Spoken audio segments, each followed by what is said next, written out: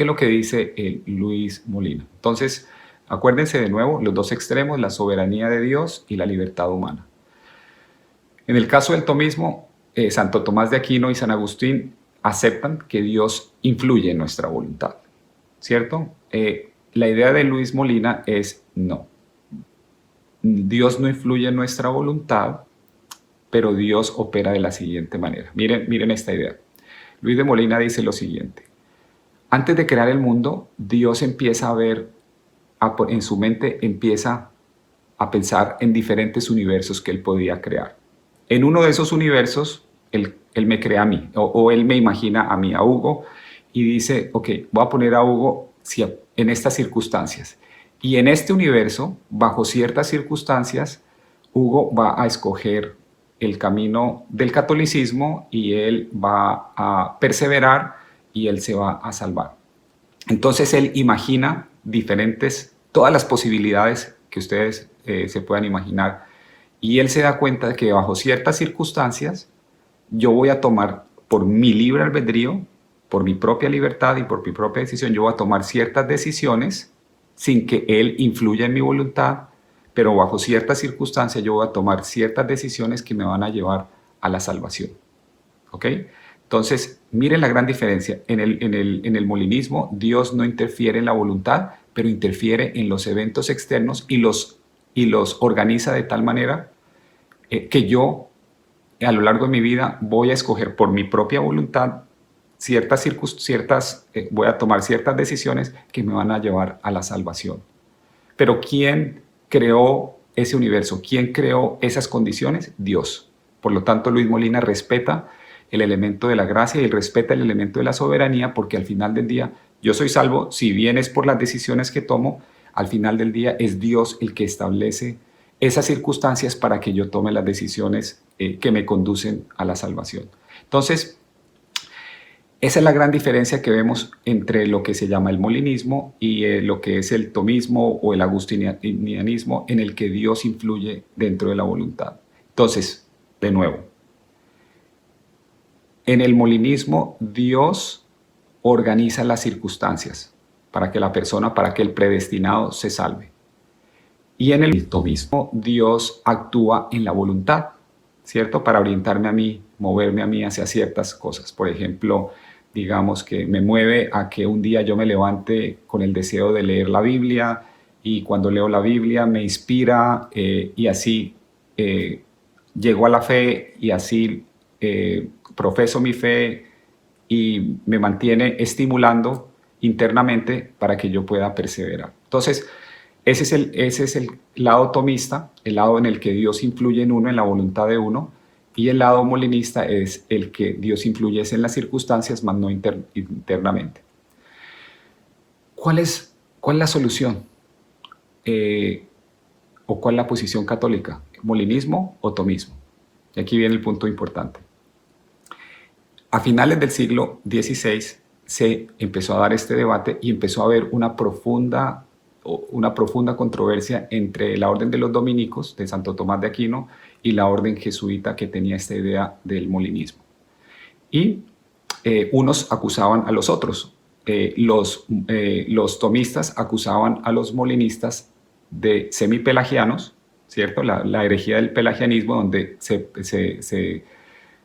privilegia la libertad o el libre albedrío, y los molinistas acusaban a los dominicos de jansenistas o de calvinistas. Entonces, estaban esos dos extremos y las cosas empezaron a caldearse, los ánimos empezaron a caldearse, y en ese momento el Papa Clemente VIII los llama a las dos congregaciones y empieza a tener debates, empieza a tener una serie de debates teológicos donde el Papa puede empezar a escuchar los argumentos para él tomar una definición definitiva con respecto a cuál es la posición católica respecto a la predestinación. Entonces empiezan a darse los debates con el Papa, Clemente VIII, y el Papa Clemente VIII muere, si no estoy mal, en 1605, y viene el Papa Pablo V y sigue el debate. Para hacerles corto un cuento bastante largo, a lo largo de 20 años se dan estos debates, 85 debates en total, eh, y al final el tema es que el magisterio que había llamado a estos debates para tomar una decisión definitiva, el magisterio decide no tomar una decisión definitiva y darle a los católicos la posibilidad de moverse o de moverse entre los dos extremos del molinismo o del tomismo.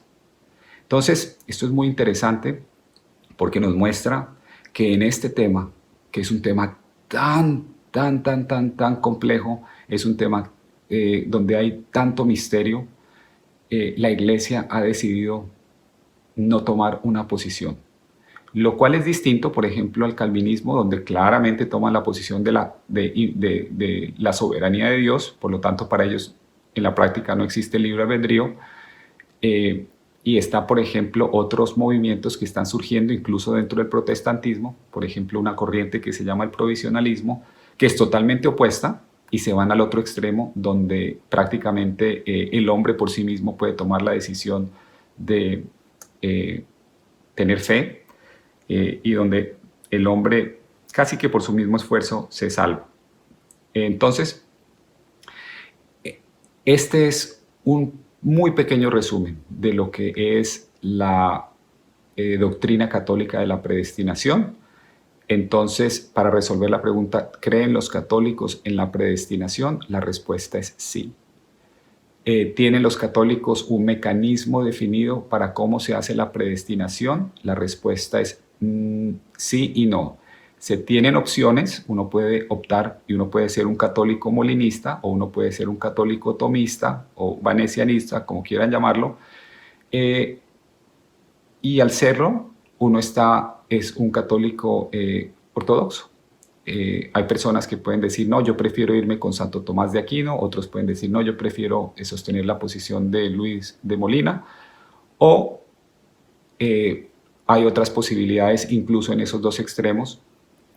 Roberto Bellarmín tiene una posición un poquito distinta, que es casi que un punto medio entre el molinismo y el tomismo. Y personas como yo que exploran los argumentos, yo tiendo a irme más hacia el lado tomista, aunque siento que hay unos problemas. Siento que en el lado molinista los problemas metafísicos que hay con el molinismo son mucho más grandes, pero estoy muy agradecido con la Iglesia, porque definitivamente me da esa libertad. Y no tengo que ser como un calvinista que tiene que escoger una de las posiciones, y desafortunadamente en el caso de nuestros hermanos cristianos reformados, es una posición que ha sido condenada desde el año 528 por la Iglesia. Entonces, para finalizar, una de las cosas que a mí me ha llamado la atención y la razón por la que he estudiado tan en profundidad este tema es porque me muestra que nuestra Iglesia Católica ha pensado en todo. Y estos temas que incluso hoy se debaten, son temas a los que la Iglesia ha profundizado con las mejores mentes. Cuando hablamos de San Agustín, cuando hablamos de Santo Tomás de Aquino, cuando hablamos de Luis de Molina, cuando hablamos de Tomás Lemos, estamos hablando de mentes absolutamente brillantes. Quizás algunas de las mentes más grandes que ha dado la humanidad, con una absoluta capacidad de abstracción, de generar y de traer estas nuevas ideas y de ponerlas y ser capaces de incorporarlas en la teología católica.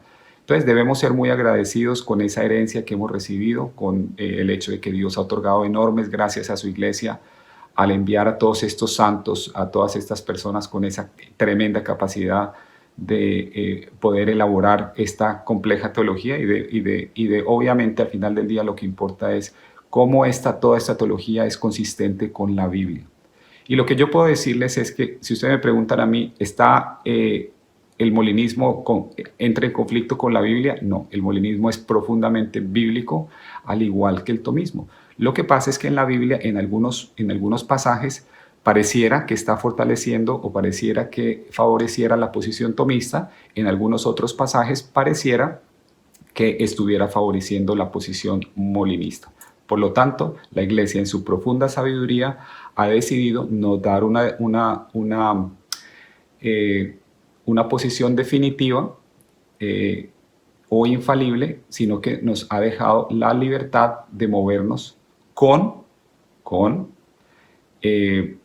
la idea de que no podemos irnos más allá de ciertos límites para que no caigamos en ninguna de las dos herejías o en ninguna de las dos enseñanzas definitivas que la Iglesia ha dado, y es, por ejemplo, que el pelagianismo es equivocado o que el jansenismo y el calvinismo están también en el error. Entonces, en la medida que nos movamos en la mitad, que no caigamos en esos dos extremos, en la medida que nos podamos mover dentro del molinismo o del tomismo, vamos a estar en aguas seguras.